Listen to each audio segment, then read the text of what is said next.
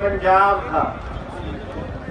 हमारे एक भाई ने बोला है कि हम पहले अलग हो गए थे, अभी हम एक हो गए। ये आपको गलत फहमी है। हम कभी भी अलग नहीं हुए, हमें तो अलग किया गया था बेईमान शासकों ने। हम कभी भी अलग नहीं। हमारा पंजाब महापंजाब पेशावर से लेकर सर छोटूराम की हजूरी में, पेशावर से लेकर गुड़गांव तक का एक महापंजाब था। हम सारे के सारे लोग पंजाब के वासी।